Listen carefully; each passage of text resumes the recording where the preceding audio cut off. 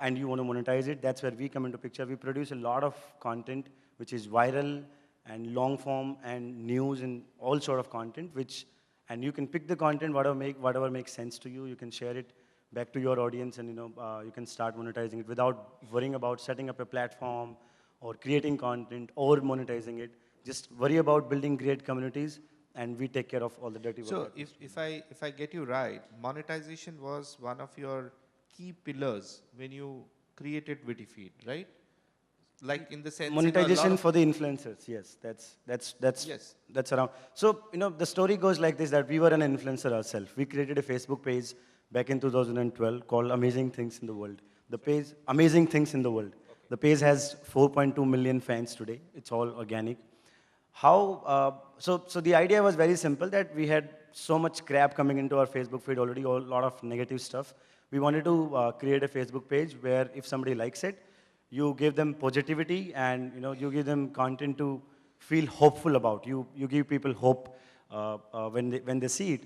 It went viral, it became big, and the only way we could monetize the community that we have created was we had to set up a website, we had to create content, and we had to go through all the monetization and all that stuff. So we did that, of course, and in the process we realized that there are a lot of other people who have these communities and don't necessarily have everything that it takes. Maybe somebody is missing out on the technicalities to set up a website and scale it to a level. Then somebody else was missing it on a level where they couldn't produce consistent, great quality of content. And then monetization has been a pain point for almost everybody, right? So we said, if we have solved it for ourselves, let's package it in the form of a platform and provide it to everybody who has such an issue out there. So essentially what we did was, there was audience available in terms of influencers fan base, and there were brands and people looking to reach out to that audience, but there was no one single platform which could help somebody reach out to that audience. So what we did was, we brought the creators, the influencers or aka distributors, and the readers, and on the top of that, the brands who want to reach out to all three of them, and created one single platform for all of that. So basically, Vitifeed is more of an ecosystem for content, where creators, distributors, consumers, and the brands, they work in one single ecosystem and interact with each other. And so somebody was talking about Uberization of content industry. So that's exactly what we are. We call ourselves Uber of content, where all these players, they decide what they want to publish, what they want to distribute, and how they want to consume, and then a brand coming in and plugging into somewhere. So between. would you be able to share your revenue model, in the sense, if it's, what's your revenue per month, and what is the revenue model with the contributors? So our revenue comes from two main methods, which is, of course, which is how everybody else monetizes as well, in the digital space at least. Number one, and the easiest one, is programmatics, where we work with most of the DSPs, networks, and trading desk and agencies, and all those players, to have programmatic demand on the platform, where we serve probably one of the largest inventory in the country, more than 1 billion impressions in a month. And then on the top of that, so that is how we have survived for those 2 years. So the success story of Vitifeed has been all here. We have reached where we have reached because of programmatics. We quite frankly, so I'm 25. I come from a very humble background from Haryana. I didn't know about all this content and all that stuff, right? So before 6 months, I didn't know that there was a way to monetize content through brands as well, content marketing and all that stuff, right? So we discovered. So only thing I knew was there are ads that you can put on your website, and there are people who buy that ads through AdSense, and there were, of course, there's a huge list of guys that we work with now, but then you do that, and you bring traffic to your website, you monetize it. So probably, one of the reasons why we were able to do what we were able to do, because we didn't know a lot. The life was very simple for us, right?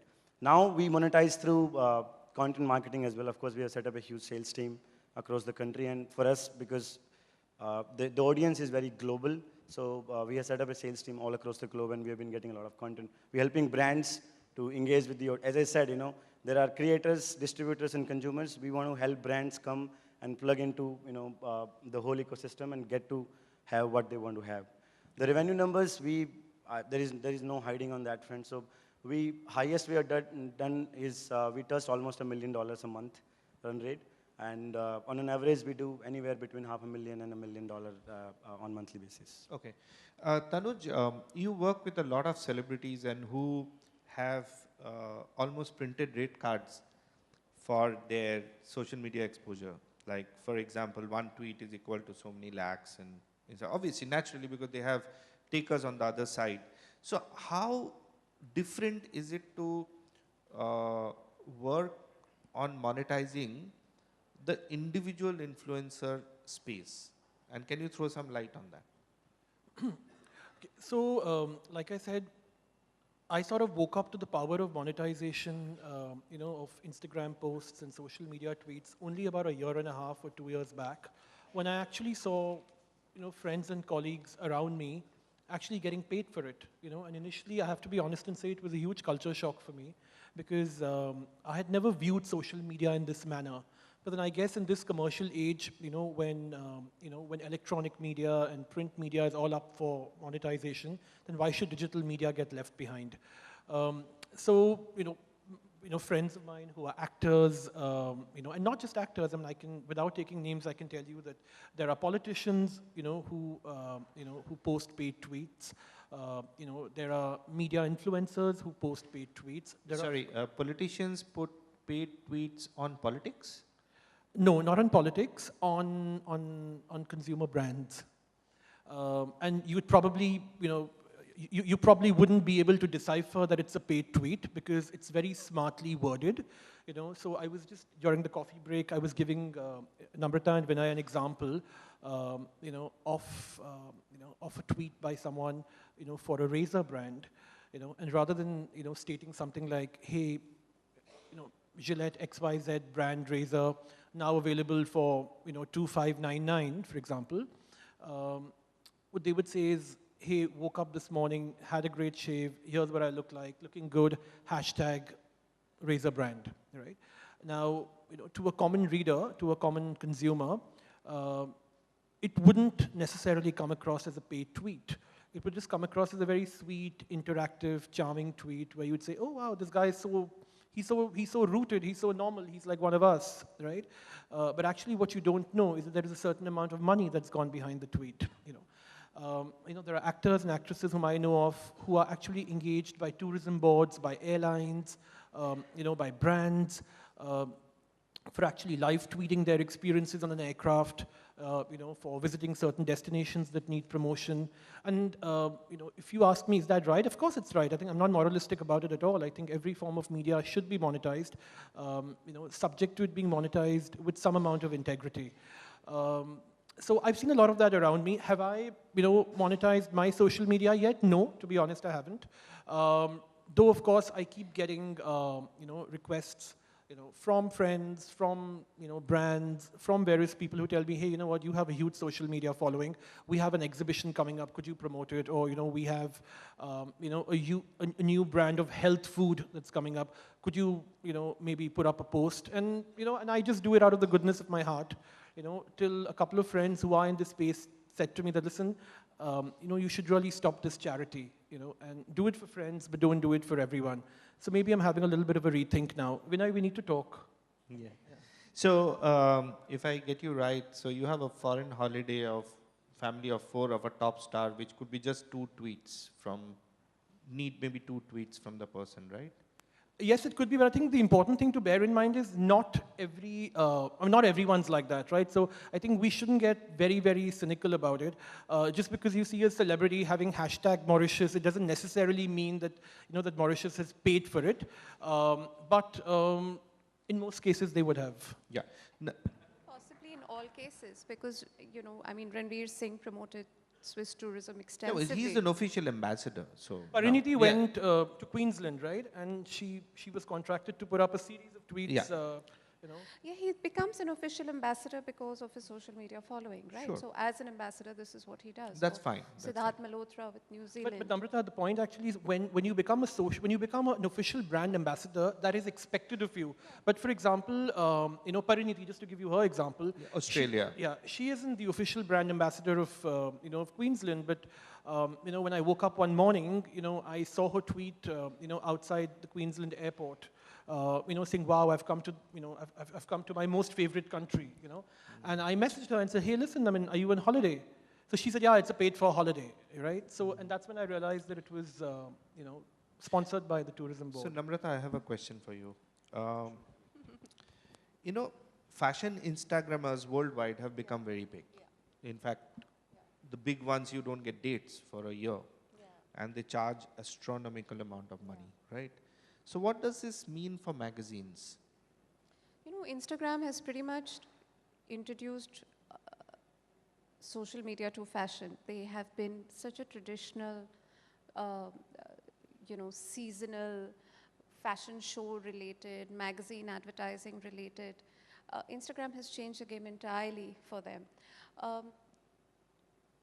Also, fashion being primarily a visual medium, it pretty much seems that it was actually invented to promote fashion. The stories that, young girls just wearing beautiful shoes and standing by the beach and just doing their own thing. What does it do for magazines? They hate Instagram stars. Clearly, recently, I'm sure, you must have read a couple of months ago, there was a war between two editors of Vogue and Instagrammers who are now on their front rows. They're now getting paid to promote brands. It is a visual medium. It's also hugely now a brand endorsement medium. Bloggers and Instagrammers. Social media is actually 30% of the advertising pie now, and it's growing. No, I'm sorry, it's growing at 30% annually as opposed to traditional media. So they are a big, big threat. But it is the norm du jour. It is where we are today, and to not embrace it or not to update yourself to understand it would be foolish.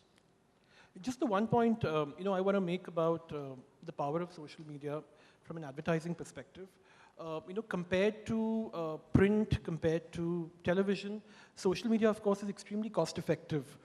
So when I speak to tourism boards or when I speak to airlines or they sort of pick my brains on, on which celebrities to engage with or what to do, they find it extremely effective, to use influencers or celebrities or people with some sort of fan following for social media, because what they end up doing is paying a couple of lakhs for a tweet. And they reach out to a captive audience, that's sitting out there, which to them, and even to my mind, is far more effective than maybe placing a half-page ad, in a newspaper or in a magazine, which is really a sort of a hit-and-a-go situation. And it's far more cost-effective for them. And in many cases, many brands don't even end up paying celebrities or paying influencers. They just sort of shower them, with some really fancy gifts. It could be bags. It could be, holiday packages. It could be various things. And it just depends on the celebrity's mood or or his or her need of the hour. So if they're looking to go for a summer holiday at that time, and and suddenly someone comes and offers them a package, for people, they take it up, and what's it costing them? Nothing.